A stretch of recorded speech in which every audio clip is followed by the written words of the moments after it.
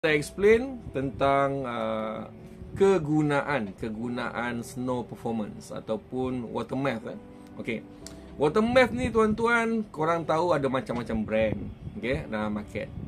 So dia ada satu sistem, dia ada campuran mungkin 50% air, 50% metanol atau lebih atau kurang, yang dia akan dispraykan pada sistem intake sebelum throttle body. Okey. Jadi dia akan spraykan ke dalam intake tu. Dia akan bercampur dengan udara dan dia akan masuk ke dalam intake manifold. Tujuan dia ialah untuk sejukkan udara. Sejukkan udara sebelum dia masuk dalam combustion system, combustion process. Jadi untuk tebuk, okay, untuk kereta NA, okay, korang boleh gunakan sekiranya korang nak dapatkan sedikit performance lah. Dia tak banyak naik performance, sedikit saja. Cuma ada kekeliruan daripada geng-geng yang main high compression, piston high compression. Diorang gunakan water math ni untuk menggantikan racing fuel. Yang ni tak betul, tuan-tuan. Ini tak betul. Okay, water math dia bukan digunakan sebagai bahan api. Dia digunakan sebagai penyejuk. Penyejuk udara, okay, sebelum dia masuk ke dalam combustion. Compression ratio pula berbeza. Dia adalah sistem kat dalam tu. Sistem pembakaran yang mana tekanan dalam tu tinggi. So korang tak boleh menggantikan RON yang tinggi untuk korang pakai high compression.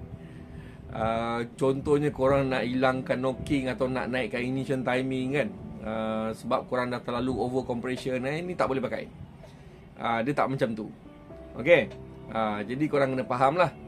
Cuma satu yang membahaya tentang water math ni, sekiranya korang pakai sistem ni, dia masuk water math ni, metanol dengan air ni masuk ke dalam combustion, yang tu tak berapa baik. Dia boleh mengakibatkan karat pada korang punya valve guide, valve seat, sebab dia ada air kat situ. And then dia mesti habis. Dia mesti habis dalam intake manifold sebelum masuk dalam combustion. Sebab tu sebaik-baiknya kalau korang letak nozzle water math ni, korang letak dia jauh daripada throttle body. Lagi jauh lagi bagus. Lagi jauh lagi bagus. Korang start daripada yang jauh dulu. Okay. Jadi bila dia masuk sampai ke intake manifold, dia dah habis, dia dah hilang. Dia dah gunakan metanol tu untuk dia sejukkan. Untuk dia sejukkan dia punya udara yang masuk dalam tu lah. Kalau korang pakai sistem intercooler kan, tebuk, so korang punya intercooler, korang punya air temp tu boleh turunkan lagi. Katalah korang tak nak pakai intercooler tu besar sangat kan, disebabkan korang tak suka dia punya lag, turbo lag lah. Okay, korang boleh pakai water math ni untuk dia sejukkan dia punya udara sebelum masuk dalam enjin. Jadi tuan-tuan, so jangan salah dalam pemahaman.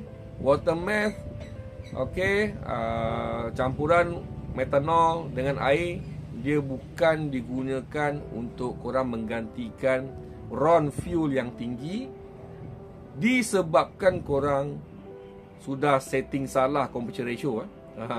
Pakai tinggi sangat. Bila tinggi sangat, korang terpaksa tolak ignition timing banyak. Jadi tolak ke retard lah. Maknanya korang lambatkan lagi pembakaran, yang mana dia menyebabkan enjin tu jadi panas, exhaust jadi panas. Jadi water math tak boleh membantu perkara tu. So cara yang terbaik, bila korang dah over compression ratio, korang pakai gasket tebal lah. Gasket tebal, atau korang pandai-pandai lah turunkan compression ratio ikut skill masing-masing. Alright. Okay, terima kasih. Assalamualaikum.